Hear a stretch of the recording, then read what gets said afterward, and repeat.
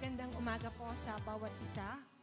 Hinihiling ko sa lahat na tumayo sa paunang panalangin natin. Hallelujah. Pasalamatan natin ang Diyos sa umagang ito. Siya'y mabuti sa bawat isa. Hindi siya nagkukulang, hindi siya nagpapabaya. Naroon ang proteksyon, ang mga mayamang provision niya, ay patuloy na ibinubuhos niya ng masagana sa ating lahat. Purihin ang ating Diyos. Dakilang Diyos, sa umagang ito, punong-puno ka ng kabutihan sa aming lahat. Nararapat lamang na kami ay taus-pusong magpasalamat sa inyo, sapagkat ni minsan ay hindi ka nagpabaya sa amin. Ang katapatan mo, Panginoon, simula't simula ay nasubukan na namin. Kaya sa umagang ito, Panginoon, kami po ay nagpapasalamat. Ikaw ay aming sinasamba sa Espiritu at katotohanan. Ikaw ay aming tinataas sa iyong trono. Ikaw ay aming pinaparangalan sapagkat kami ay naglilingkod sa isang Diyos na buhay, isang Diyos na makapangyarihan, isang Diyos na tumutugon ng aming mga panalangin, isang Diyos na nagbabago ng mga buhay ng bawat anak mo. Kaya sa iyo lamang kami tanging umaasa, Panginoon. Maraming salamat. Dinadalangin namin, Panginoon, ang malayang pagkilos mo sa aming kalagitnaan. Ang kapangyarihan mo ay maranasan ng iyong mga anak. Ang presensya mo, Panginoon, ay lubos-lubos na kumilos sa bawat isa sa aming kalagitnaan. At sa umagang ito, Panginoon, ikaw ay aming pupurihin, ikaw ay aming sasambahin, kami ay maghahandog ng aming lakas, ng aming buong kaisipan, ng aming puso, at ng buong buhay namin ay isinusuko namin tanging sa pangalan lamang ng aming Panginoong Hesus. Palakpakan po natin ang Panginoon.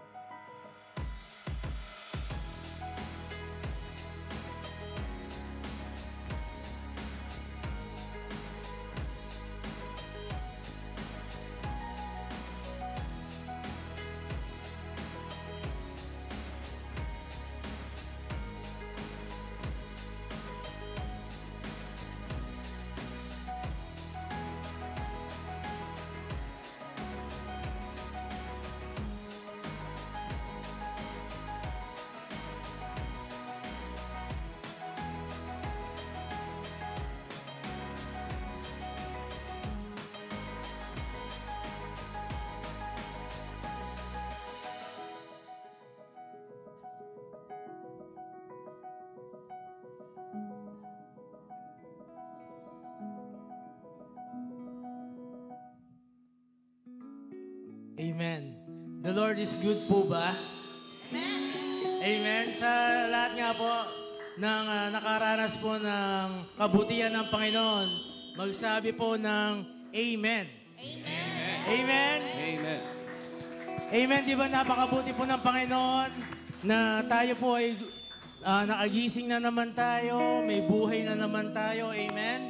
Di ba? Meron tayong pagpapasalamat sa ating Panginoon. Mabuti po ba ang Diyos? Ang Diyos ay mabuti. Amen. Amen. Kaya sa kanyang kabutihan, kailangan po atin po siyang purihin, atin po siyang sambahin, atin po siyang luwalhatiin po ngayong araw po ng linggo ay ibigay natin sa ating Panginoon. Amen. Amen. Sige po, palakpakan po natin ang ating Diyos na buhay.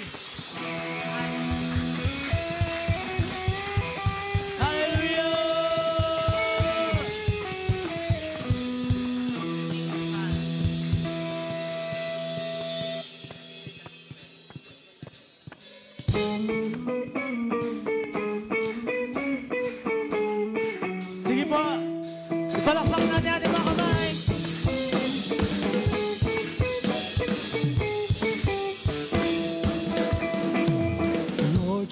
are good and your mercy endureth forever. Lord, you are good and your mercy endureth forever. Come on, people! People from every nation and tongue, from generation to generation, we worship you. Hallelujah, hallelujah, we worship you for who you are. We worship you. Hallelujah, hallelujah, we worship you for who you are.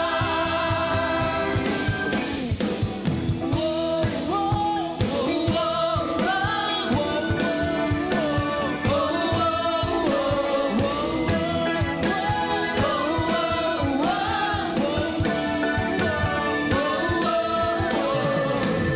you are good and your mercy endureth forever. Lord, you are good. Lord, you are good and your mercy endureth forever. People from every nation and tongue, from generation to generation, we worship you. Hallelujah, hallelujah, we worship you for who you are. We worship you. Hallelujah, hallelujah, we worship you for who you are.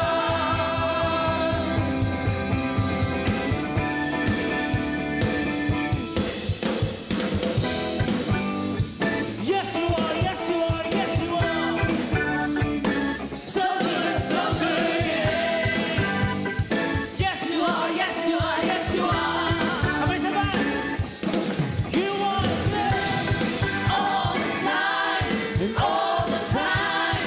You are good, you are good all the time, and all the time. You are good, you are good all the time, and all the time.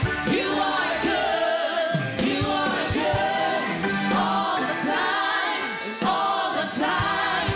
You are good. We worship you. Hallelujah, hallelujah, we worship you for who you are. Yes, Lord, let's worship. We worship you. Hallelujah, hallelujah, we worship you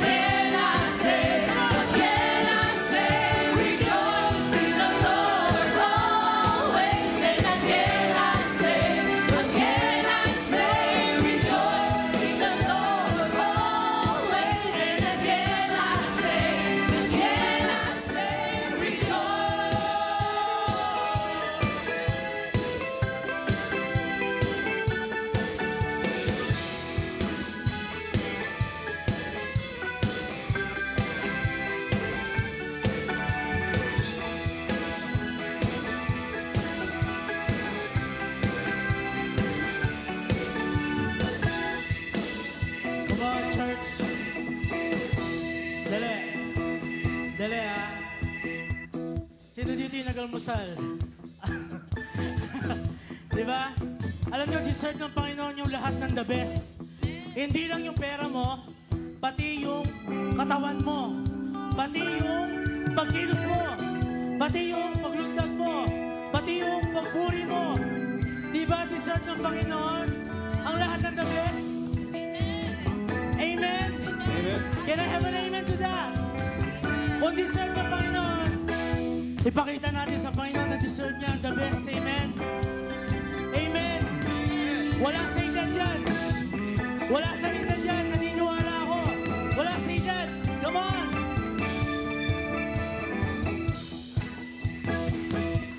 Sabay-sabay tayo.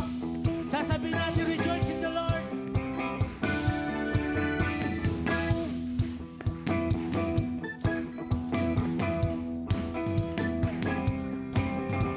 Rejoice. Come on. Rejoice in the Lord. Rejoice in the Lord. Come on. Rejoice in the Lord. Rejoice. Come on.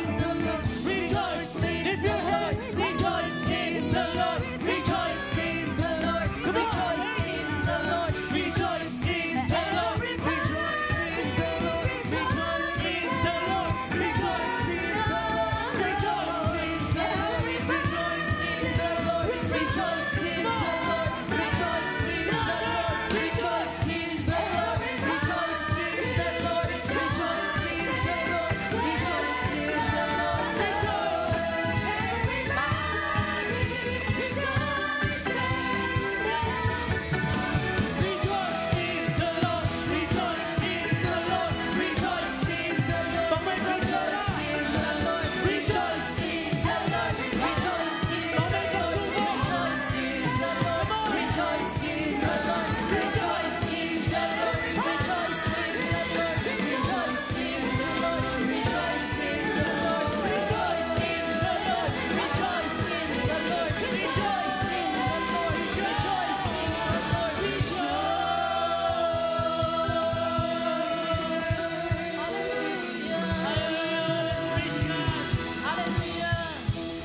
Hallelujah, Lord. Hallelujah. Lord, in your presence, there is joy in your presence, oh God. There is joy in your presence, Lord. We rejoice in your presence, oh God. We worship you, Lord. We praise you. We adore you, Jesus. For you deserve our worship. You deserve our praises, oh God. Lord, thank you for the joy, oh God. Thank you for the joy, Lord. Thank you, Jesus. Hallelujah. We worship you, Jesus. Welcome your presence, Lord. Hallelujah. Thank you, Jesus. Hallelujah. We worship you. Forever in my life, you see me through the season. Cover me with your hand and lead me in your righteousness, and I look to you, and I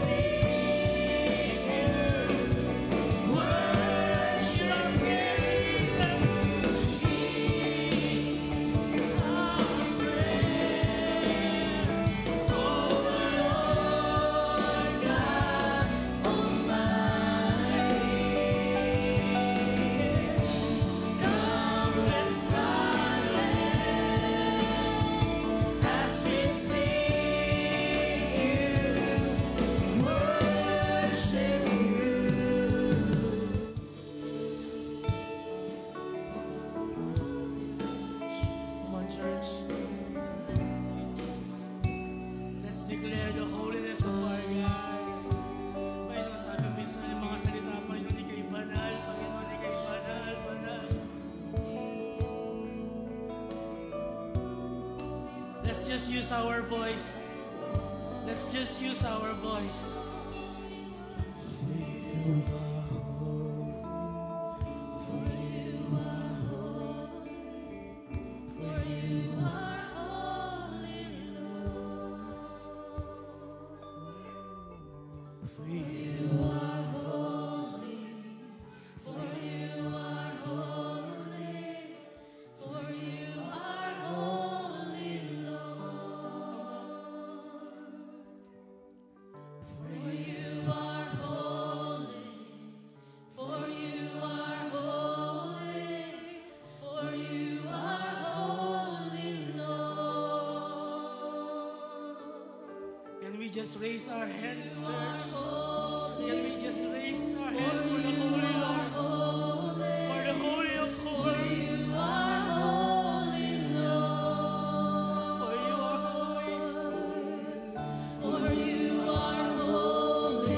Manalangin. For you are holy. Karapat dapat kasama. For you are holy. Karapat dapat kaluwalhati. You deserve all the worship. For you are holy. For you are holy. For you are holy, Lord. For you are holy. For you are holy. Sige, tuloy natin ang boses.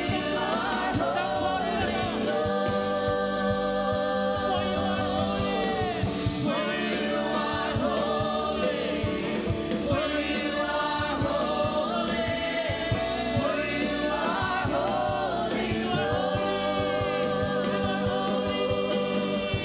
For you are holy. For you are holy. For you are salamat sa kapalaran mo, Panginoon. Salamat sa kapalaran mo. For you are holy. For you are holy.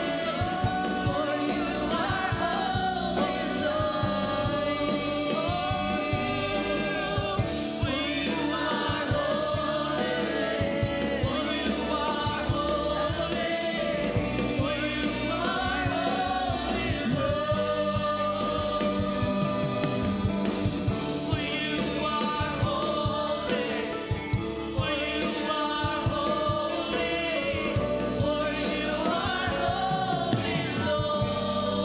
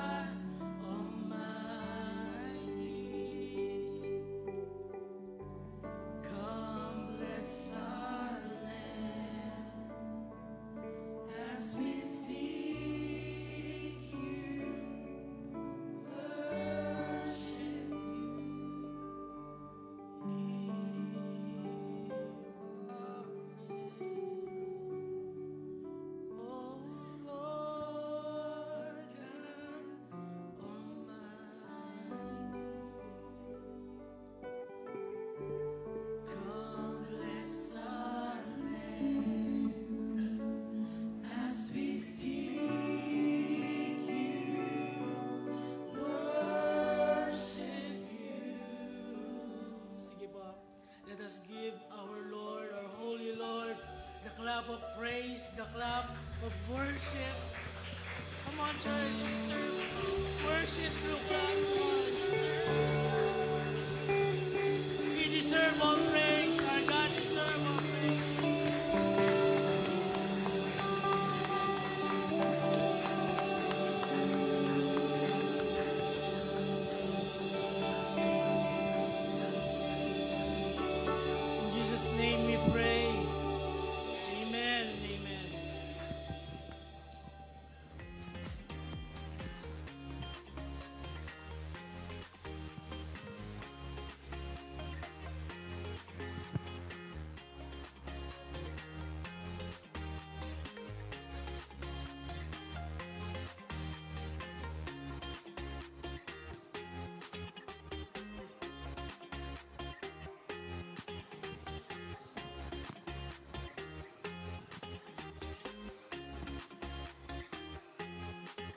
Good morning po sa atin lahat. Purihin po ang Panginoon. Hallelujah. Praise the Lord. Hallelujah. Gusto ko lang pong mag-share. Nagpapasalamat po ako sa Panginoon sa lahat po ng pagpapala na pinagkakaloob niya po sa amin. Alam niyo po, pag natutunan po natin yung tamang pagbibigay ng ating tithes and love offering sa Panginoon, ang blessing po ng Panginoon ay hindi lang po sa pinansyal. Yung pinansyal po, bonus na lang po yun. Yung meron ka pong magandang relasyon sa asawa mo, sa mga anak mo, sa magulang mo, sa mga kapatid mo, sa mga kaibigan mo, napakalaking pagpapala po nun. Yung wala po tayong karamdaman, wala tayo sa ospital, napakalaking blessing po ng Panginoon yun sa atin. Kaya po, alam ko po, itong iglesia natin, napaka-bless po. Napaka-generous po ng mga miyembro ng CCLCC. Alam ko po yun kasi po, minsan po nakikita po natin yung binibilang po ng ating mga treasurer, pero talagang napakabuti po ng Panginoon sa atin. At ang pangako po ng Panginoon, hindi lang po tayo ang ibibless niya, kundi po sa kaapu-apuhan po natin, pagpapalain po ng Panginoon yan. Yan po ang pangako ng Panginoon. Kaya sa Kanya po ang kapurihan. Maraming salamat, Lord, sa lahat ng blessing mo sa amin. Alam ko po na hindi mo po kami pababayaan dahil may kapayapaan po kami, kahit na po magulo yung kapaligiran namin, kahit po nakakagigil na si Cheese Escudero, meron pa rin po tayong kapayapaan. Naiinis man tayo, pero okay, ang Panginoon po ang aayos po niyan. Mapaparusahan po kung sino yung dapat parusahan. Kaya sa Panginoon po ang lahat ng kapurihan. Tayo po ay manalangin. Panginoon, maraming salamat po sa pagpapala, sa pag-iingat, sa magandang kalusugan, sa maayos na relasyon namin, Panginoon, sa aming pamilya, sa aming lahat po sa aming pong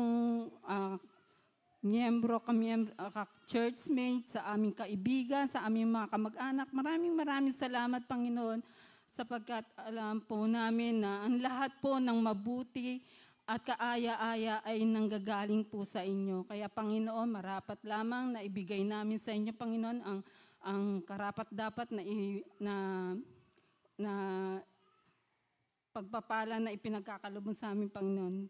Sa inyo po ang kapurihan at pasasalamat, Panginoon, sa pangalan po ng aming Panginoon sa Jesus. Amen. Po, ibigay po natin ang nararapat para sa Panginoon.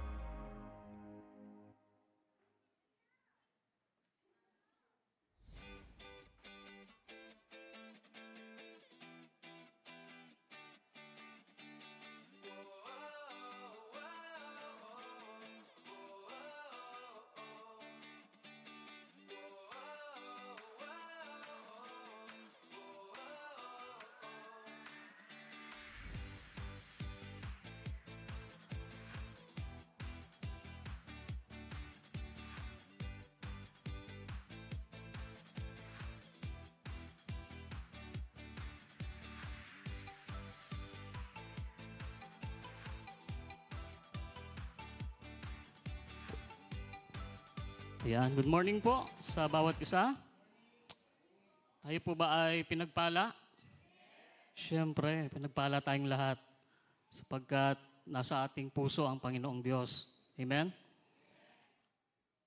So, sa umaga pong ito, atin pong wini-welcome ang ating mga bagong kapatid na naririto po ngayon. Meron po ba? Meron po bang naligaw? Wala. Praise the Lord. So wala po tayong new attendees. Atin pong pinag-aanyaya ang atin pong parating na worship night sa July 5. Ito po ay sa ganap na 3:00 ng hapon. Dito po sa ating church, Christ Center Life City Church. Ang pinamagatan po itong Costly Worship. Ang bawat isa po ay inaanyayahan upang ang bawat isa ay patuloy na lumalim po sa larangan ng pagsamba sa ating Panginoon.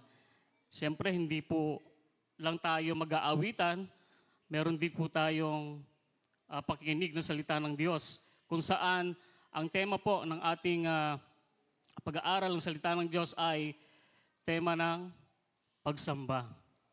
Siyempre, no? So, tayo po ay excited sa araw na ito, no? Sa July 5, sa ganap po ng 3:00 ng hapon. Kita-kita po tayo, no po? So, and of course, ating pong parating na 38th Thanksgiving anniversary. Excited po ba ang lahat? Yes. Tayo po ay magdadaos ng ating ika-38 anibersaryo ng ating pasasalamat sa ating Panginoon. Praise the Lord. Pwede po ba nating palakpakan ang ating Diyos? At siyempre po, meron po tayong singilan para po hindi naman pabigat sa ating church ang ating mga pagpapalang kakainin ng ating pisikal na katawan. I think 300 pesos po bawat isa, no po? At pwede po kayong makipag-ugnayan sa mga discipleship group leader nyo upang kung paano nyo po ito babayaran sa kanila para malikom po natin at sa araw po ng ating anibersaryo ay kumpleto na po yung ating pambayad sa ating catering. Praise the Lord. Sige po. At kung wala po tayong new attendees, patuloy po nating wini-welcome ang ating kapatid, si Brother Bon. Welcome again sa ating pong bahay-sambahan. Ayan. Wala na po bang bago? Oh, of course. Andito rin si Brother Joel. Praise the Lord. Yung ating mga kapatid na nag-iiba yung bansa. Salamat sa Panginoon. Kasama po natin sila ngayon. Sige po, ating pong basahin ang ating new catechism. Question number 24. Bakit kinakailangan na si Kristong manunubos ay mamatay? Dahil nga ang kamatayan ang siyang kabayaran ng kasalanan. Si Kristo ay nagkusang mamatay sa ating lugar upang kanya tayong maligtas sa kapangyarihan at kabayaran ng kasalanan at muli tayong maibalik sa Diyos. Dahil sa kanyang buhay na namatay upang gawing handog, siya lang ang may kakayahang tumubos sa atin sa impyerno at magkaloob ng kapatawaran sa ating mga kasalanan, katuwiran at buhay na walang hanggan. Ang ating pong teksto ay sa Colosas 1, versikulo 21 hanggang 22. Purihin ng Panginoon sa pagbabasa ng kanyang salita. At ihanda na po natin ang ating mga puso't kaisipan sa pakikinig po ng salita ng Diyos na ihatid po sa atin ng ating pastor na si Pastor Eric Sinyo.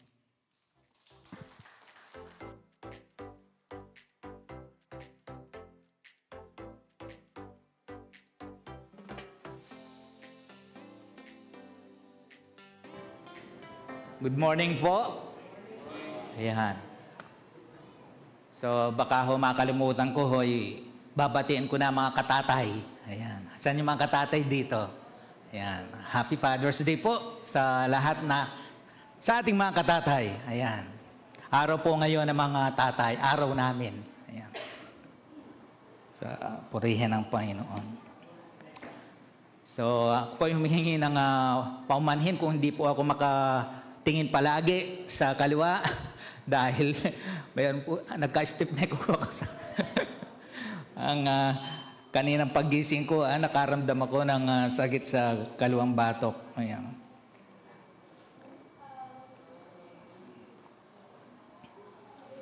Ayan.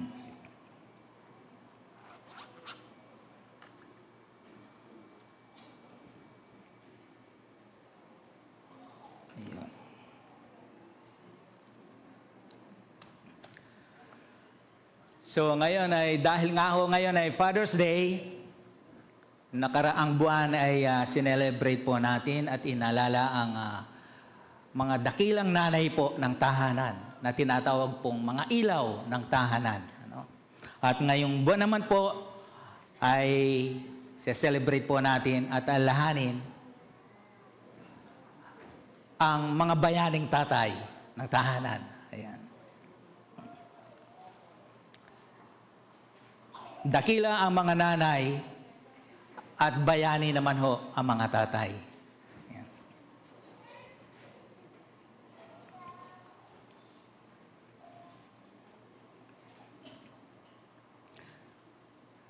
So ito pong ating pagkukuhanan ng talata ay hindi na ho bago sa atin.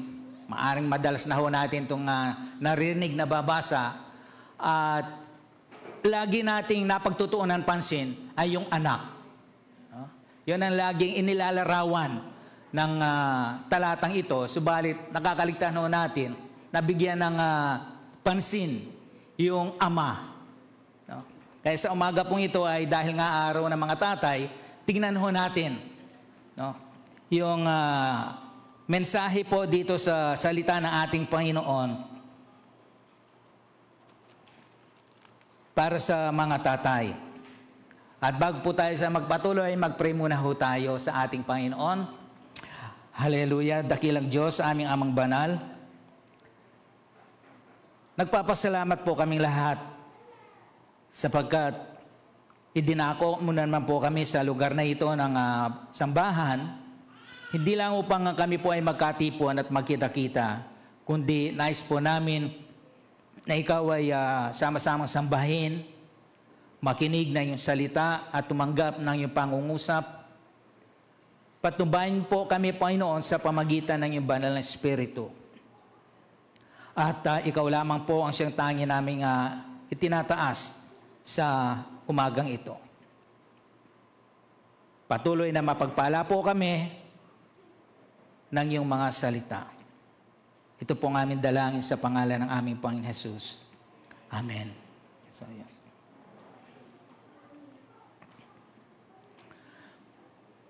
So, samahan po ninyo ako dito sa aklat ng Lucas. Ebanghelyo ayon kay San Lucas, Kapitulo 15, talatang 11 hanggang 24. So, familiar po tayo sa talatang ito at sa kwento po ito na talinghaga ng ating Panginoong Jesus. Na isang ama at may dalawang anak. At bigyan ho natin ng pansin yung ama at yung isang anak lang. So ito po ay patungkol sa alibughang anak. Pag sinabi ko po kasi nga alibughang, ito po yung walang malasakit, no? Pabaya, gastador, waldas, walang direksyon sa buhay. So alibughang anak. Sabi ho dito, sinabi pa ni Jesus, isang tao ang may dalawang anak na lalaki, ang wika ng bunso, so yung mga bunso po dito, saan? Ama, ibigay na po ninyo sa akin ang mamanahin ko at ibinahagi sa kanila ng ama ang kanyang ari-arian. Pagkatapos ng ilang araw, ipinagbili ng bunso ang kanyang ari-arian at nagtungo sa malayong lupain. Taglay ang buo niyang kayamanan at dooy nilustay na lahat sa diwastong pamumuhay. Ayan. Nang malustay na niya ang kanyang kayamanan, nagkaroon ng matinding taggutom sa lupaing yaon at nagdalita siya. Kaya't namasukan siya sa isang mamamayan ng lupaing iyon, siya pinapunta nito sa bukid upang mag-alaga ng baboy. 16, ibig sana niyang punan ang kanyang pagkain kahit na mga bungang kahoy na ipinakakain sa mga baboy, ngunit walang magbigay sa kanya. Nang mapag-isip-isip niya ang kanyang ginawa, nasabi niya sa sarili, ang mga alila ng aking ama ay sapat na pagkain o may sapat na pagkain at lumalabis pa samantalang ako ay mamamatay ng gutom dito. Babalik ako sa kanya at sasabihin ko, Ama, nagkasala po ako sa Diyos at sa inyo. Hindi na po ako karapat-dapat na tawagin ninyong anak, ibilang na lamang ninyo akong isa sa inyong mga alila. At tumindig siya at pumaroon sa kanyang ama. Malayo pa ay natanong na siya ng kanyang ama at ito'y labis na nahabag sa kanya. Kaya't patakbo siyang sinalubong at niyakap at hinagkan. 21, sinabi ng anak, Ama, nagkasala po ako sa Diyos at sa inyo. Hindi na po karapat-dapat na tawagin ninyong anak. Ngunit tinawag ng ama ang kanyang mga alila. Madali, dalhin ninyo rito ang pinakamahusay na damit at isuot sa kanya. Suutan siya ng singsing at panyapak. Kunin ang pinatabang guya at patayin. Kumain tayo at magsaya. Sapagkat namatay na ang anak kong ito, ngunit muling nabuhay, nawala, ngunit nasumpungan, at sila'y nagsaya. Purihin po ang Panginoon sa pagkabasa ng kanyang salita. So, nanig po natin, very familiar ho tayo dito sa talatang ito. Actually, ito ginawa na ho ng makailang beses na pelikula. Alala ko tuloy yung nung bago-bago ho akong Kristiyano. Dahil may film showing lagi noon dati, yung Paglingon sa Kinabukasan, ang title naman ho. Yun ay patungkol sa isang, alibughanak. So, doon po, nung napanood ko po yon, doon po nagpasimula lalo ho akong nagpatuloy sa ating Panginoon. Inahanap ko sa YouTube pero hindi ko makita. Wala. Gusto sanang balikan uli. So, ang title ho ng ating pag-aaralan ay patungkol po sa, narinig na rin ho naman natin ito. Patungkol po sa ang ulirang ama. Ayan. Paano ba ang maging ulirang ama? Madalas narinig ho natin, sinasabi natin na ang basehan natin sa isang ulirang ama, dalawa lang ho ang nakikita natin at nasasabi. Una, siya ay haligi ng tahanan. Pangalawa, good provider. Yun lang ho ang dalawang nakikita ho natin o nailalarawan sa isang ulirang ama. Subalit, para sa isang Kristiyanong ama, hindi lamang ho yun ang ating pagbabasehan sa isang ulirang ama. Pabat okay po yun? Kailan ang isang ama ay tinatawag pong haligi ng tahanan. Sabihin, poste sa isang bahay ay kailangan po, katulad po nito, kailangan ho ng poste. Di lang ho po pwede yung ginagawa ng iba na interlock lang ho, yung bawat sulok ng bahay. Hindi po matibay yun. Kaya nilalagyan ho ng mga poste. At bawat poste po ay may mga sukat po yan, depende ho sa laki ng bahay na itatayo. At yung magiging pundasyon ho noon. At bawat poste ho, kailangan matibay, matatag, ang pagkakapundasyon po. Kung hindi matibay yung pundasyon ng haligi o yung poste, hindi rin ho magiging matibay. Pagdating ng mga bagyo o anumang mga sakuna. So haligi, hindi lamang ho basta't haligi ng tahanan. Kailangan ng isang tatay po ay mayroong pinupundasyonan. Tinatayo ang pundasyon. Yan po ang napakahalaga. Bali wala po yung pundasyon o yung haligi kung wala ho yung pundasyon.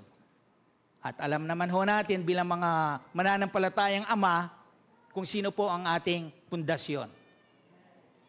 Walang iba kundi ang ating Panginoong Hesukristo.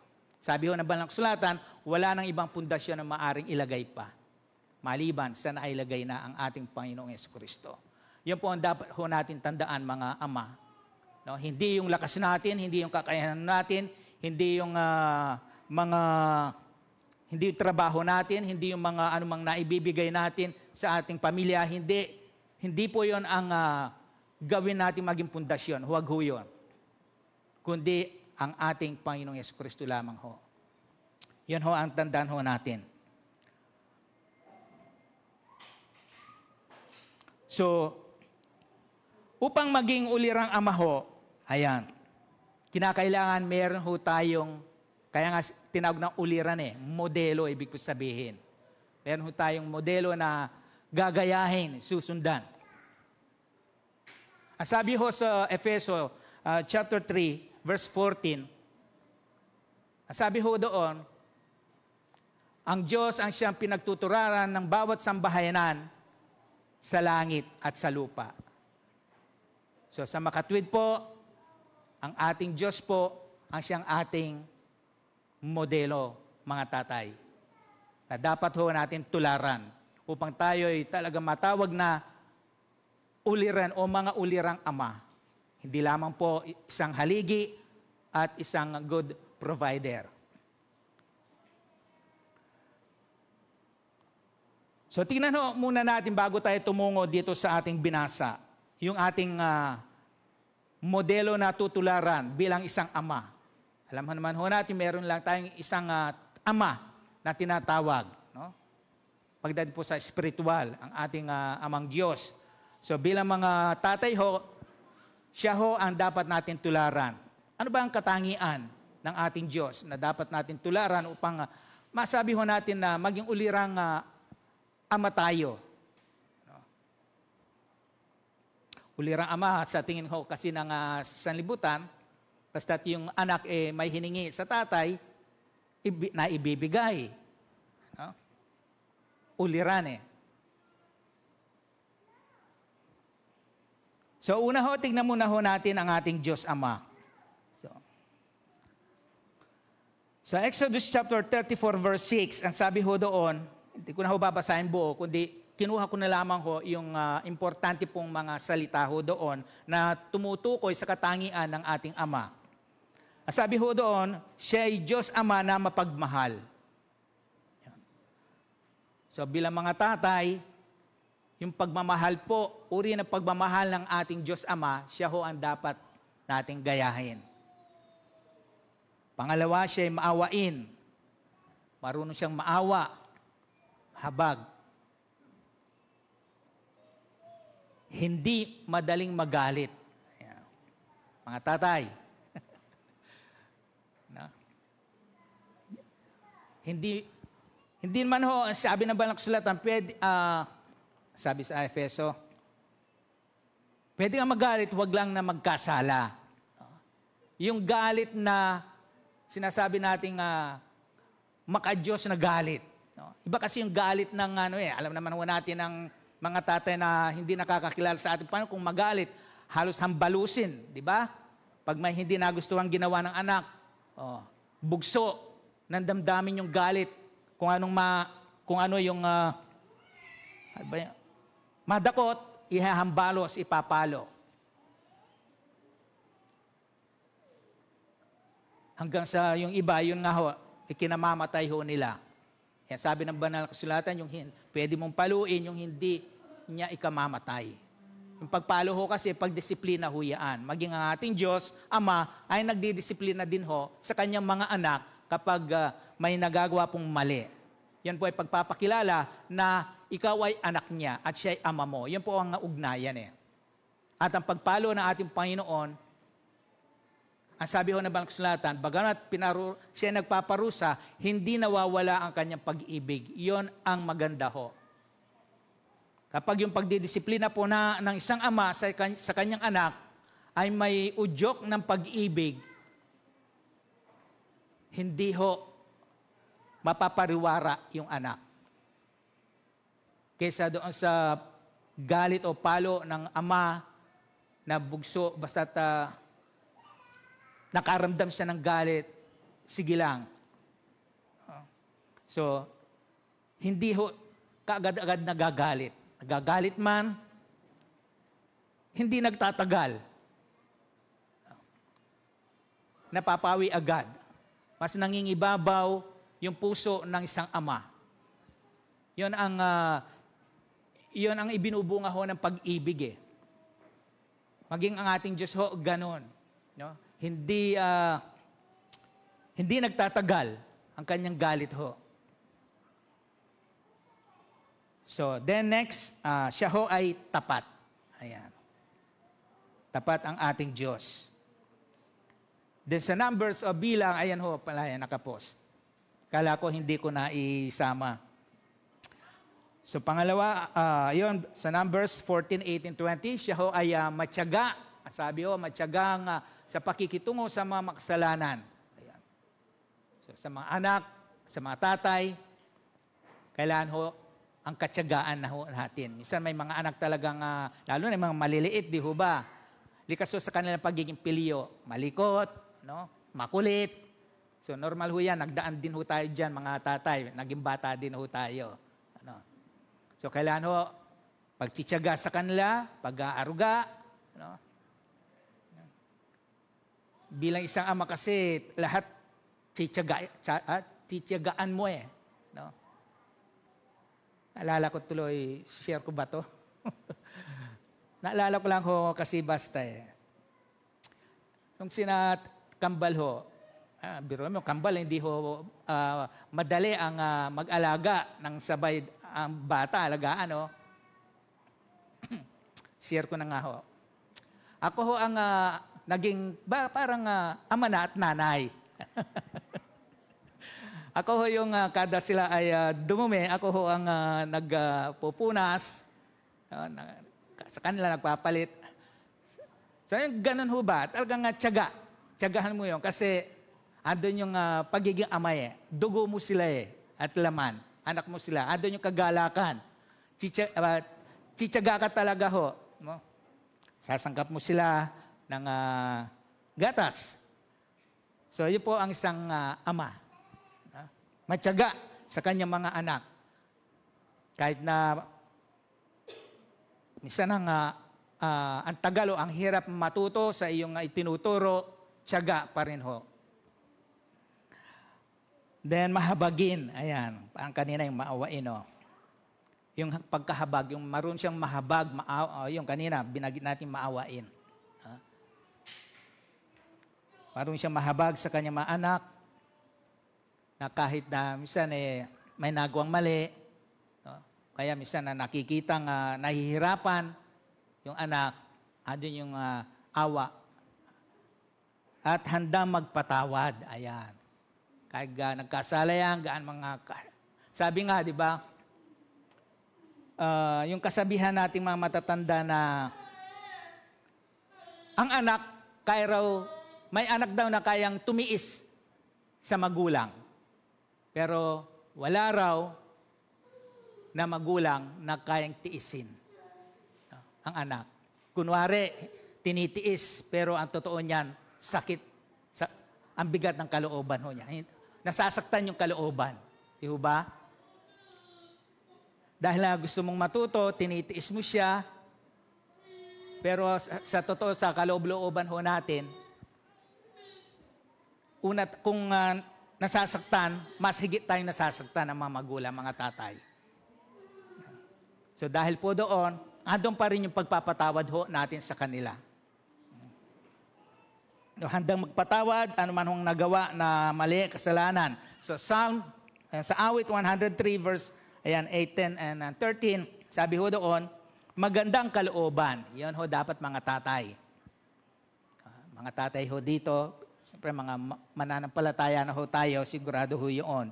Maganda ang ating kalooban, habagin, binanggit ho. Yung banayad magalit, ayan.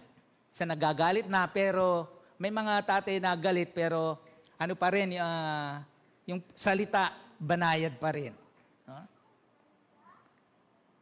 Kung umibigay lubos, ang sabi.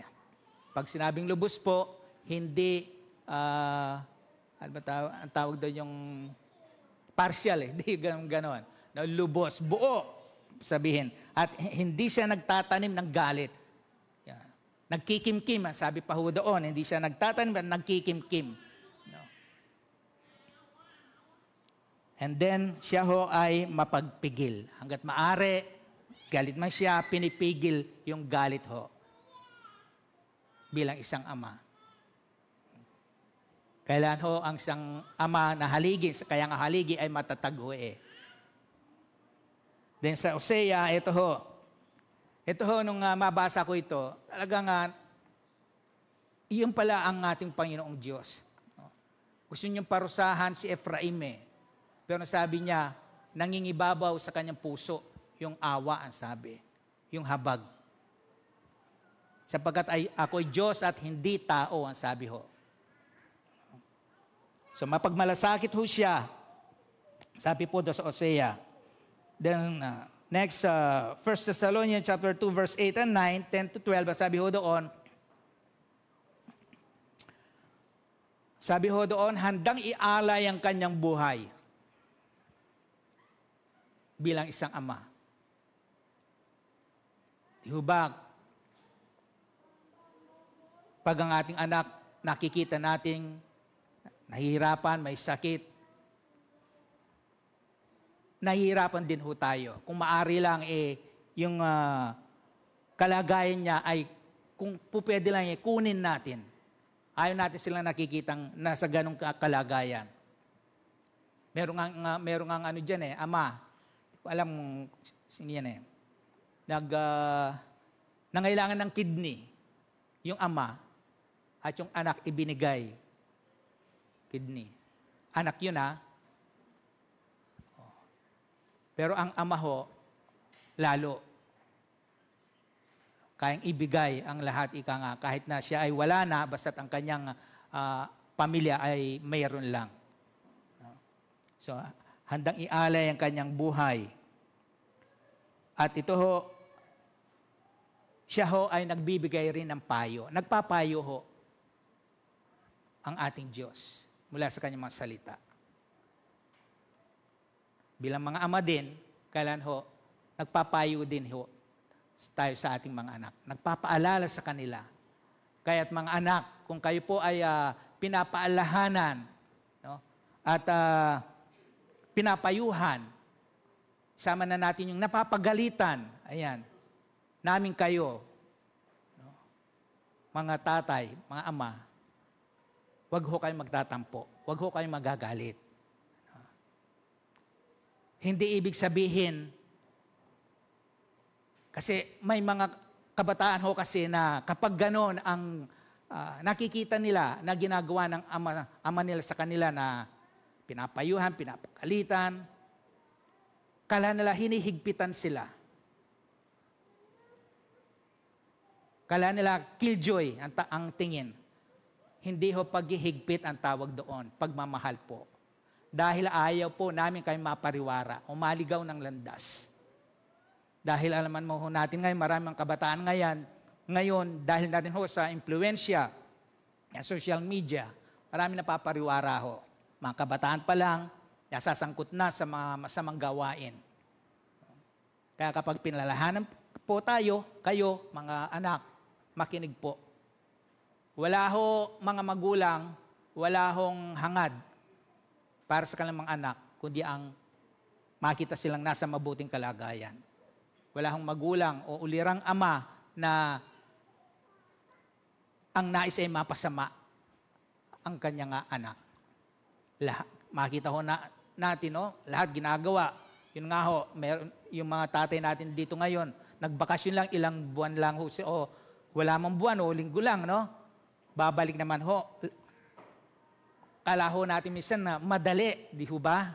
Na malayo sa mga magulang, sa mga anak. Lahat titiisin ho sa abroad. Okay. Pangungulila, para lang mabigyan ho na magandang kinabukasan ang pamilya, mga anak. Ganun ho ang isang ama. Lahat titiisin, kahit mahirap. Kaya, wag ho ninyong ma-misinterpret kapag kayo po ay parang sa tingin nyo hinihigpitan kayo. Hindi ho paghihigpit yun. So, pinapayuhan po, makinig. mga anak. So nagpapayo po ang mga tatay, ang ating Diyos, at pinalalakas po ang loob. Nagpapalakas ng loob ang tatay. Ayan. Mga ulirang tatay, alaman ho natin, ang mga anak minsan may mga pinagdadaanan huyaan. So kailangan ho natin yung support natin ng mga tatay. Yung kung nakikita natin na di-discourage yung ating anak, palakasin ho natin ang loob. Huwag ho tayong umalis sa kanilang tabi. Kung kinakailangan na mayroon tayong iwanan na trabaho, muna samantala o anumang ginagawa, bitawan ho natin. Doon tayo sa ating mga anak na nangangailangan ng ating pampapalakas ng loob. Encourage ho natin sila. Kasi napakalakas ho na suporta sa kanila yun. Na maramdaman ho nila na hindi sila nag-iisa sa ganong sitwasyon ho nila. Na doon sa kanilang tinatahak na landas na hindi maganda, mayroon silang kasama na tumatahak doon. So, lumalakas ang kanilang loob. So, sa ganung paraan ho, kahit na hindi tayo magsalita ng anumang mga pampalakas ng loob, makita lang at madama na andun tayo sa kanilang tabi. Mga ama, lumalakas ho ang kanilang loob. Huwag na huwag ho natin ipagpalit sila sa mga bagay na pansamantala lang. Then, ayun, sila ho ang umaalalay din sa mga anak palapit sa Diyos. And mahusay makitungo. Then, bilisan ho natin. No? Sa 1 Corinthians chapter 4, verse 14 to 17, sabi ho doon, siya ay mabunting ehemplo. Good example ho. So, tayong mga magulang naman ho, mga tatay, yung pagtuturo ho natin, hindi lamang ho sa salita dapat, kundi ipakita ho natin sa pagiging ehemplo. Alala ko, isang magulang dati, isang tatay, sabi sa kanyang anak, huwag kang manigarilyo, sabi. Sinagot-sagot siya ng kanyang anak. Bakit ho kayo naninigarilyo? Sabi niya. Matanda na ako, ikaw bata pa, sabi niya. Ibig sabihin, pag matanda na siya, okay lang manigarilyo. So, paano susunod yung anak doon sa sinabi ng ama na huwag manigarilyo kung nakikita ng ama o ng anak sa ama, siya ay naninigarilyo o anuman ginagawang binabawal niyang hindi maganda. Minsan may mga amahang gano'n. Ayaw natin na mapariwara yung anak doon sa kanyang ginagawa niya, pero tayo ginagawa ng ama yung binabawal niya sa kanyang anak. So kailangan po maging mabuting ehemplo tayo. Turuan natin, ganito, hindi lang, magwalis ka dyan, halimbawa, magwalis ka dyan. Ito yung tambo o walis.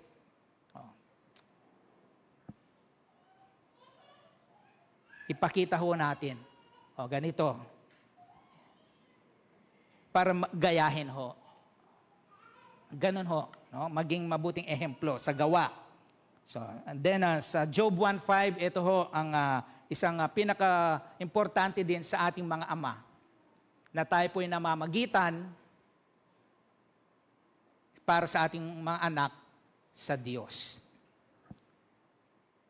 Si Job po ay pinaghahandog niya ang kanyang mga anak sa Diyos. Na sa pagkakalang sabi niya, baka nilalapas tanganan nila ng lihim ang Diyos. Hindi natin kontrolado ang isipan ng ating mga anak. Hindi natin nakikita. No? Kaya napakahalaga po na bilang mga ama, pinamamagitan ho natin sila sa panalangin sa Diyos. Pinapanalangin natin sila palagi. No? Sa araw-araw po, huwag natin kaligtaan. So ayan po, no? Yung ama na dapat ho nating tularan upang maging ulirang ama ho tayo. So tunguna ho tayo ngayon dito sa ating binasa kanina. So una ho, mula sa verse 12 hanggang 20 ho, sabi ho doon, tingnan muna ho natin yung ginawa ng anak para makita ho natin yung ulirang ama na tinutukoy po dito sa banal na kasulatan. So sabi ho, doon sa ginawa ng anak, tignan muna ho natin yung ginawa niya. Ano ho? So una, hiningi na ho niya yung kanyang mamanahin. Sabi ko nga, ang mana, hinihingi at binibigay ito kapag yung magbibigay, nasa malapit na, ika nga. Na? Kaya lang, malakas pa ang kanilang ama, hiningi na. Nagmadali. So pangalawa, nung makuha na niya, ipinagbili ho niya. Kinonvert niya sa cash. Kasi kung lupa yaon, hindi niya madadalang lupa yaon. No? Kaya binenta niya, nung mabenta, hindi natin alam kung palugi niyang ibinenta o nasa presyo. So hiningi. Ang sabi, then ipinagbili ang mana. Then nung ma-convert na sa cash, dala-dala ho niya, umalis sa poder ng kanyang ama. At nagtungo sa malayong lupain, nagpakalayo-layo ho siya doon sa kanilang tahanan, ang sabi ho. No? Taglay ang buo niyang kayamanan. Dala-dala ho niya. Then, nung andun na ho siya sa lugar na kung saan malayo sa kanilang tirahan, sabi ho doon, nilustay sa diwastong pamumuhay. Lahat ho ng dala niyang kayamanan. Nakala niya, ito ho mga anak, lahat po, gaano man ho kadami ang ating kayamanan o taglay hawak na pera, kapag yan ho ay hindi magandang pagkakahawak, mauubos po yan. Labas ng labas, labas ng labas. Kahit gaano. Yun kasi ang mentalidad ho ng marami. Kapag marami ang pera, marami. Hindi maubos to. Maubos ho yan. Kaya kailangan, dito ang sabi, nilustay ho. Imbes na ito, invest ho niya. Yung kalahati man lang, no? Invest ho niya sana. So yung kalahati, gastusin niya, at least may papasok. Kaya lang lahat nilustay. Kaya nga alibughan lustay na anak. Kaya nga ho, sa mga anak ngayon pa lang, matuto na ho kayong pahalaga sa bawat sentimo. Hindi ko mo tayo binibigyan kayo ng yung mga ama ng mga estudyante, baon, manyan. Wag ho, lustay agad. No? Isang kaisipan ng mga estudyante, ito, bibigyan naman ako uli na tatay ko. May sobra gagastusin ko na. Wag ho ganon. Kung may sumobra man, ang maganda ho yun, maitabi. Kahit na alam natin na bibigyan tayo uli. Na sa ganon, maipon yan ho yan, yung mga naitabi ho natin sa mga binibigay na baon, pag may pangangailangan na project sa school, hindi na kayo hihingi pa. Pwede naman ho, tingnan natin yung naipon. Ganon ho dapat. No? Huwag lustay ho, huwag gasto ng gasto dito. No? So nilustay ho sa hindi wastong pamumuhay. Ang sabi ho sa verse 30, ang sabi ho ng kanyang kapatid, nilustay sa mga masasamang babae. Ang sabi ho, nag-happy-happy talaga. No? Happy-go-lucky ho ang naging buhay po niya. So, yan po ang ginawa ng alibughang anak. Then, tingnan ho natin yung pangit na nangyari na ibinunga ng kanyang pagiging lustay. Sabi ho doon, nagutom ho siya. Nung malustay na ho niya, wala na siyang pera, sakto, tiyempo, dumating ang taggutom sa lupaing pinuntahan ho niya. Di lang ho siya nagutom, naghirap po siya, sabi. Wala nang madukot Ayun ang hirap po minsan pag waldas ho tayo Pag dumating yung talagang pangangailangan, wala tayong mahugot.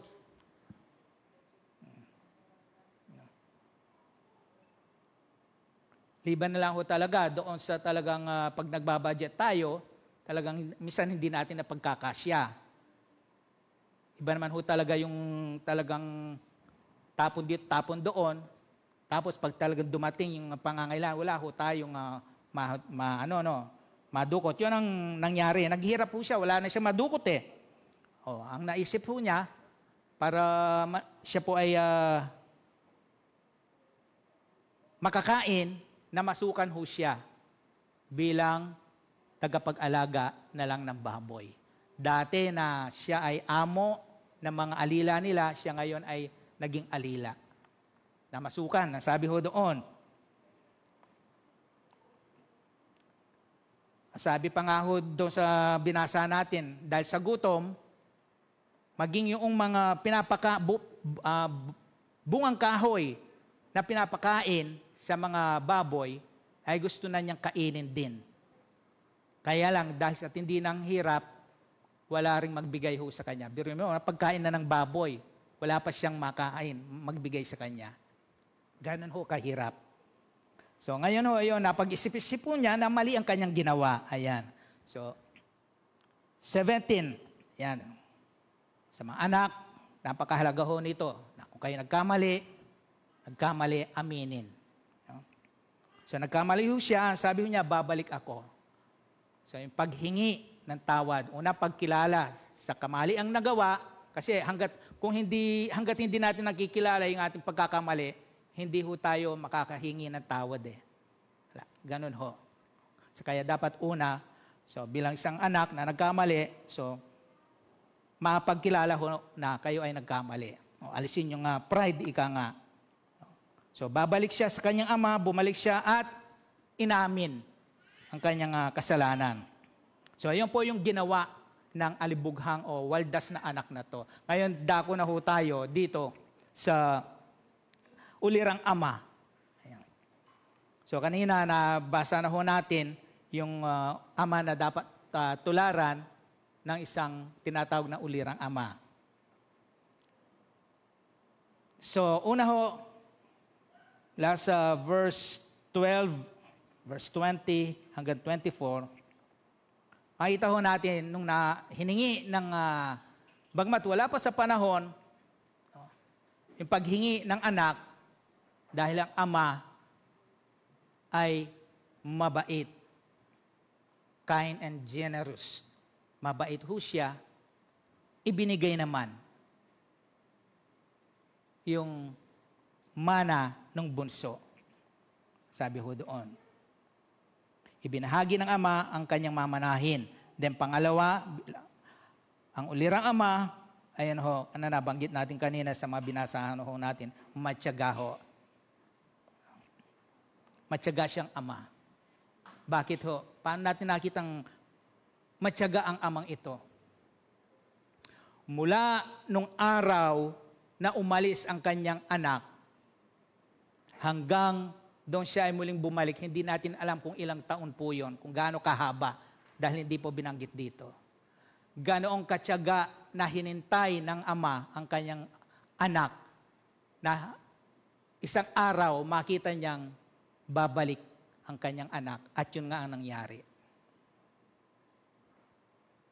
Bagamat mahirap, dahil yun ang desisyon ng anak, bumukod na, so hinayaan ho niya. So yung panahon po yun, yung haba ng panahon niya yung katyagaan ho ng ama na kahit na gano'n ang ginawa ng anak, hinihintay pa rin ho niya na babalik sa kanya.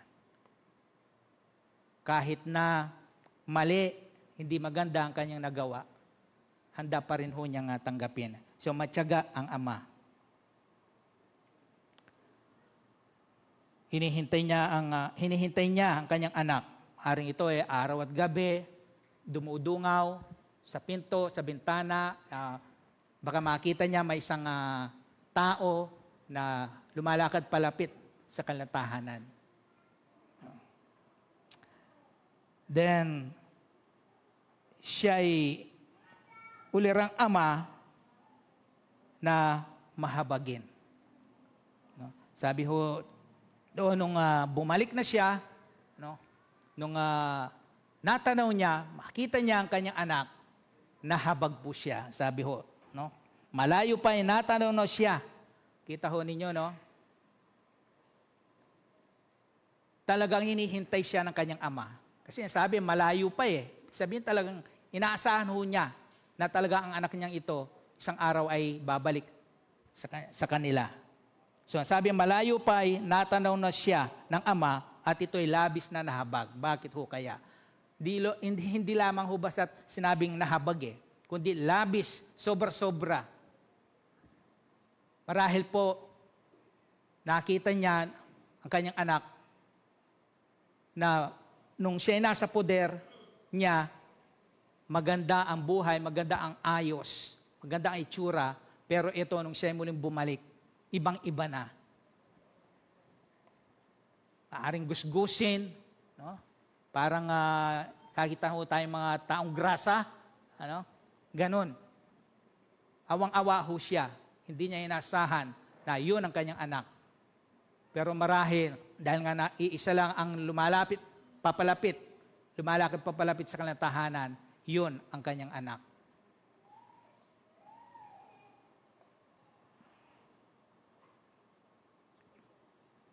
So, labis na nahabag, sobra.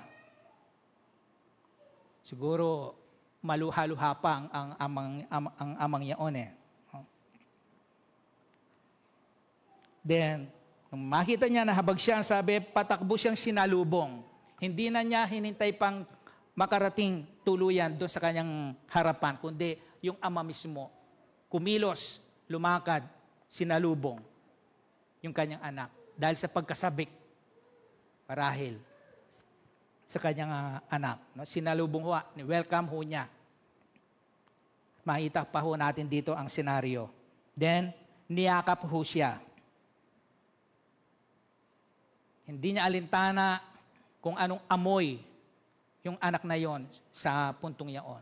Pero tagapag-alaga ng baboy, alam naman ho natin yung amoy ng mga dumidikit. Di ho ba? Sa katawan, sa damit. Pero niyakap ho siya. Kumbaga hindi niya napansin yung amoy ng anak niya kung anong klaseng amoy o baho ng kanyang anak. Pero niyakap pa rin ho niya ang sabi. Hindi lamang ho niya niyakap, kundi hinagkan ang sabi ho. Dahil sa kanyang labis na pagkahabag sa kanya. Kung ipipicture ho natin, talagang kung ikaw na isang ama, talagang maiiyak ka sa ganong kalagayan ng iyong anak. Kasi unang-una, bilang magulang, mahirap na mawalay ang anak mo. Okay lang sana sa magandang paraan eh. Kaya lang sa hindi magandang paraan eh. Umalis siya eh. Paring pwede pa yung ang anak mawalay, mapalayo dahil nag-abroad, nagtrabaho. Okay pa yun. Pero mahirap pa rin minsan yun. Di ho ba? Pero yung mawalay, malayo ang anak sa ganitong sitwasyon, napakahirap po. Pero hinagkan pa rin ho niya. Yun ho ang ulirang ama. Kaya sa mga anak, ayun naunawaan na ho ninyo. Ngayon pa lang ho, maunawaan na ninyo ang puso ng isang ama. Hindi yung sinasabi ng ilan na madalas narinig natin, pag ikaw ay nag-asawa na, kapag ikaw naging ina o naging ama, doon mo maunawaan at maintindihan ang ginagawa namin. Bakit pa hintayin yon araw na yon? Paano kung hindi ka nga nakapag-asawa, hindi ka naging magulang? Paano mo maunawaan tuloy? Kaya ngayon pa lang, pinapaunawa na sa inyo. Ganon ho ang puso ng isang tatay. No? Kahit anong itsura, amoy, no? Yayakapit, hagkain pa rin nila kayo. The next, 22 hanggang 23 ho, siya ay amang mapagpatawad. Ayan. Nung inamin ng batang ito ang kanyang pagkakamali, ang amang ito hindi sinumbat sa kanyang anak yung ginawa niya. Hindi niya sinisi. Wala tayong narinig dito. No? Ikaw kasi, tignan mong ginawa mo ngayon. Kung di mo ginawa yan, wala ho. No? Walang panunumbat, walang pagbumukha, ika nga, hindi pinamukha ng tatay yung ginawang mali ng kanyang anak. Bagkus, sabi nung inamin niya, doon pa rin ho, pinatawad siya ng kanyang ama.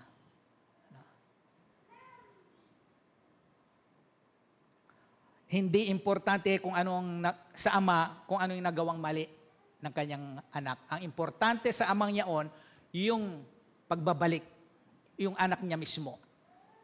Hindi yung ginawang mali. Yung anak niya mismo ang mahalaga sa kanya. Hindi yung maling ginawa niya. Ganon din ho ang ating Diyos Ama. No? Tayo ang mahalaga sa kanya, hindi yung ating mga nagawa. Pagamat mali ho yun, sabi, pinatatawad niya yun at tinatapon niya sa kalaliman ng dagat.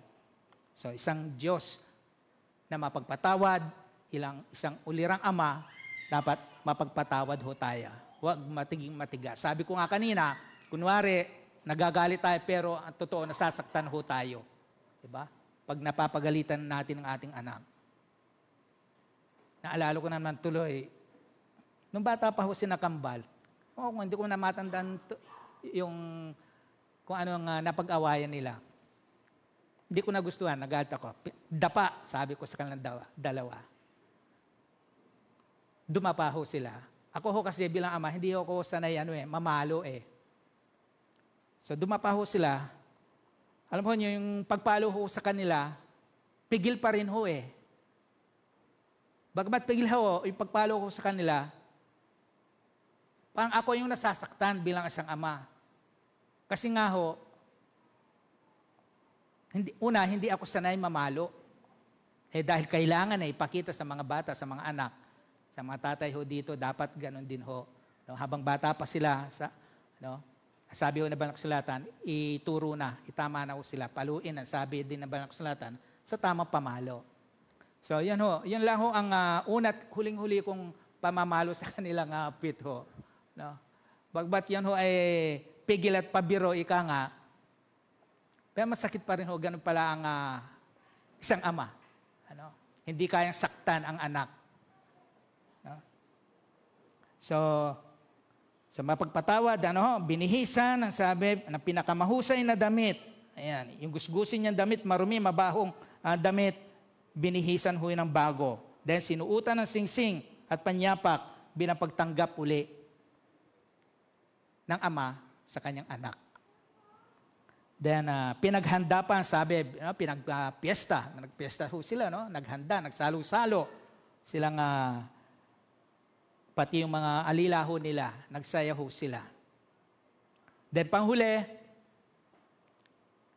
sa kabuuan ho, ang ulirang ama ay isang amang mapagmahal. Ayan. Loving Father. Tapos yung pinatawad, sabi, magsaya tayo. Nawala ang anak ko ito, nasumpungan, namatay at muling nabuhay.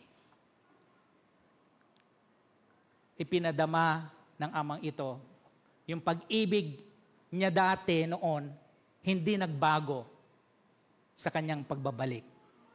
Ganon ho ang ating Panginoong Diyos. Nagkamali man tayo, hindi kayang baguhin ang pag-ibig niya ng ating pagkakamali. Yung pag-ibig niya noon, siya pa rin ho ang pag-ibig niya ngayon. Meron nga hong nagtanong sa isang pastor, mapapatawad pa ba kaya ako ng Diyos sa aking nagawang pagkakasalanan? Oo naman, bakit hindi? Sabi. Kung noon, hindi ka pa niya anak, na pagkilala mo ang iyong kasalanan, pagkakamali, at nagbalik ka, tinanggap ka niya.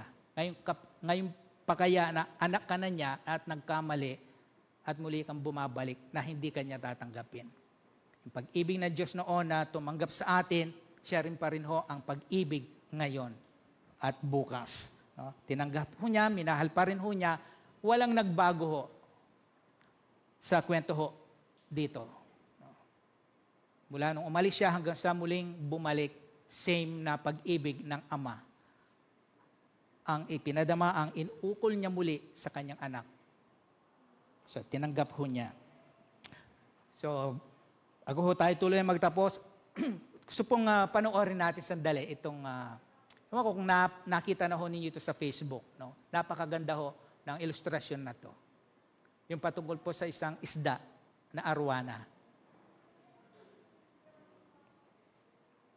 Ariwana po, pag nanganak yung babae, panay na nakabantay yung kanyang asawa, yung lalaki. At pag nangitlog na po yung babae, hihigupin ng ama yung kanyang mga anak, mananatili sa bibig ng ama yung kanyang mga anak for 50 days. Inilalagay ng ama na arwana ang kanyang mga anak sa kanyang bibig to protect them. 50 days, he will not open his mouth. For 50 days, he will not eat. For 50 days, he will starve himself for his children. It is a silent kind of love. At pagkatapos po ng 50 days, doon po niya bubuksan ang kanyang bibig at makikita niyo po lalabas ang kanyang mga anak. Makikita niyo po na parang naiiyak pa yung Ariwana. Ang gusto lang niya, no, habang buhay, poproteksyonan niya, aalagaan niya, kahit na mamatay siya, para lang sa kanyang mga anak. That is the love of the Father. The love of a Father is silent, and yet it is always true and real. Hindi ibig sabihin tahimik, wala siyang ginagawa. That is why let us appreciate the silent sacrifices of the Father. And let us always remember that we have also God the Father silently taking care of us. Praise God. So, yun po, ganun ho, magbigay ng proteksyon ng isang ama sa kanyang mga anak. Sabi nga kanina, handang ialay ang buhay. Kung maari nga, kung yung mga tatamang mga palaso sa mga anak ay sasanggain niya. Gagawin ho. Yun ang, ganyan ho magbigay proteksyon ang isang ama. So, sahin ko lang po ito, sabi, ang mga ama ang pinakamagaling na magtago ng sikreto. Masikreto ho yan, mga ama. At sinungaling sa pamilya. Yan. Bakit ho kaya, no? So, tuloy ho natin. Kasi hindi nila sinasabi ang totoo na nahihirapan na sila, nasasaktan na sila, pagod na sila, at may problema sila. Mahirap sila makitaan ng panghihina ng loob kasi sila ang haligi ng tahanan. So hindi nila ho pinapakita yan. Kala na talaga si tatay, no? Dahil haligi, hindi natin sila makitaan na parang nadidismaya ng hihina. No? Kasi haligi nga eh. At ang haligi ay hindi pwedeng maging marupok at hindi pwedeng maging mahina dahil babagsak ang buong pamilya. Ang ama ho kasi ang nagdadala sa tibay ng tahanan. Siya ang haligi. Sa katunayan, maraming tatay ang sinungaling. Ayan. Kapag tinanong mo sila, tay, okay ka lang? Okay lang ako, nak. Pero ang totoo, masama ang pakiramdam. O, may dinaramdam ko yan. Tay, kumain ka na ba?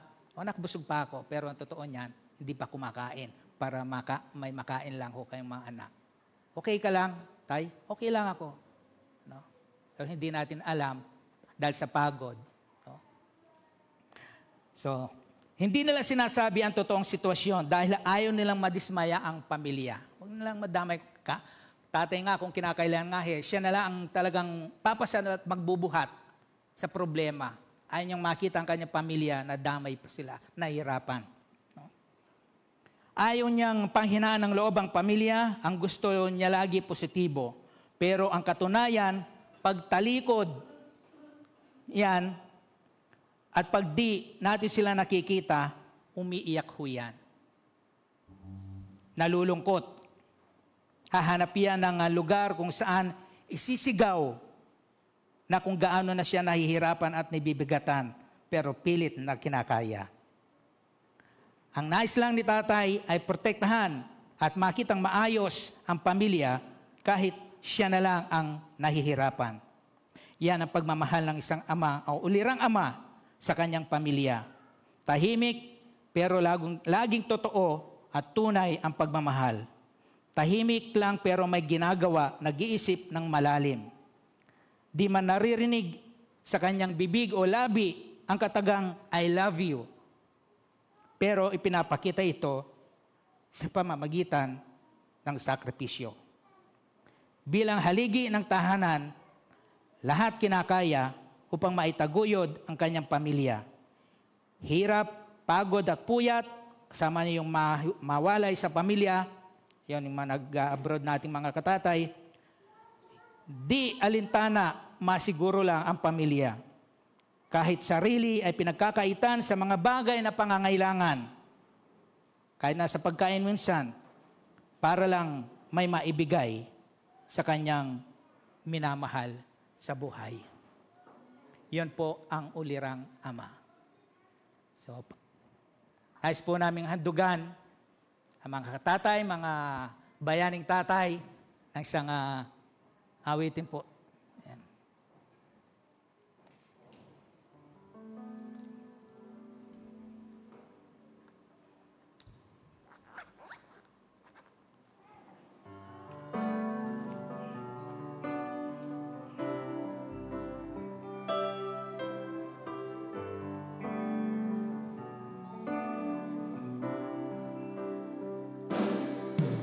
Saan man ako, ika'y lagi kong kapiling.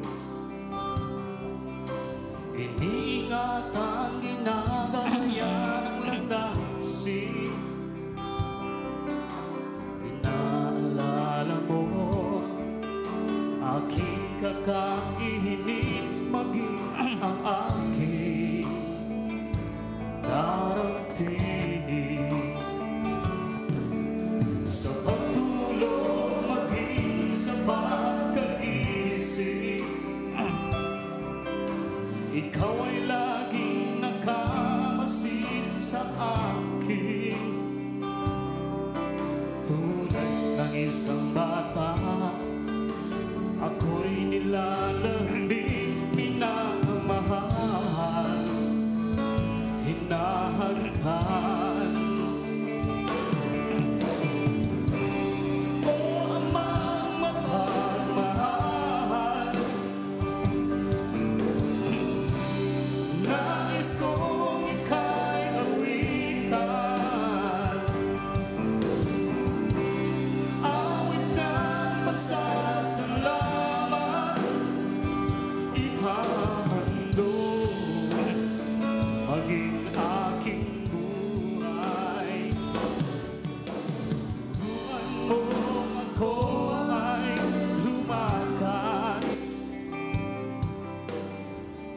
Sa iyong kagustuhan,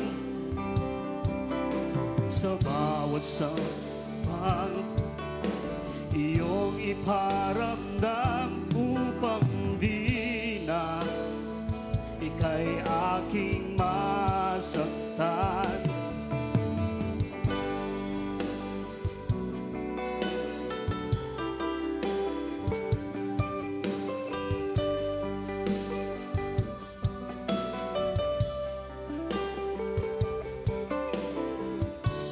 Isang bata, ako'y nilalambing, minamahal, hinahagkan. O Amang mapagmahal, nais kong ika'y awitan. Pasasalamat, ihahandog, maging aking buhay. O Amang mapagmahal, nais kong ika'y awitan. Awit ng pasasalamat, ihahandog, maging aking buhay.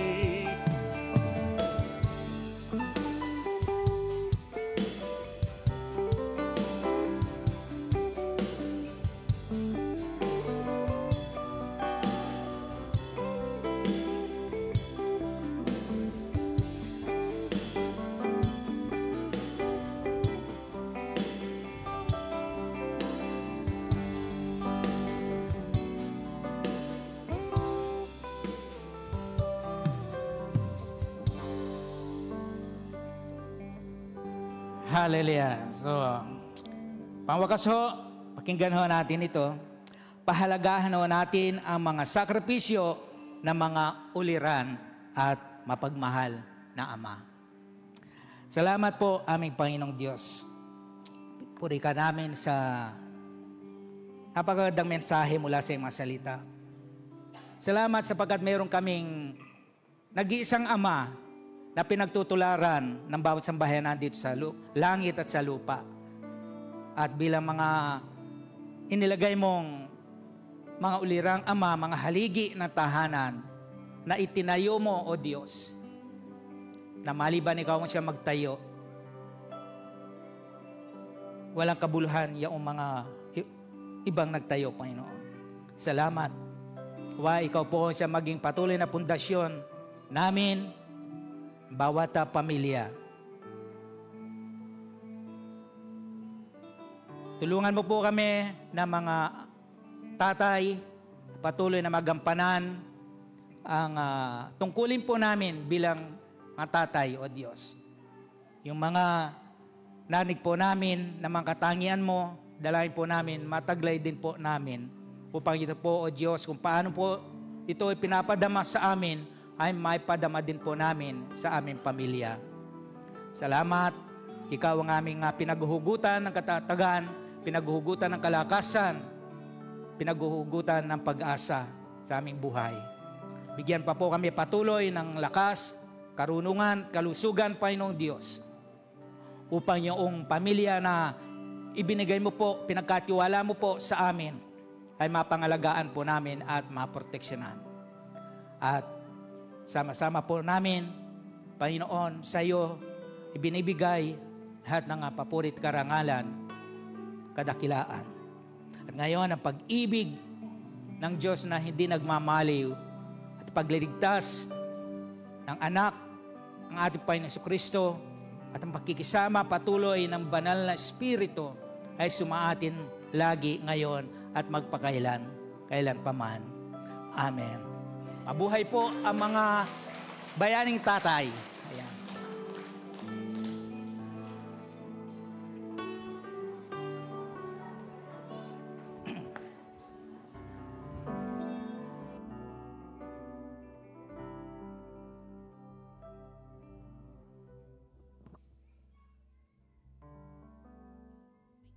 So, Happy Father's Day po.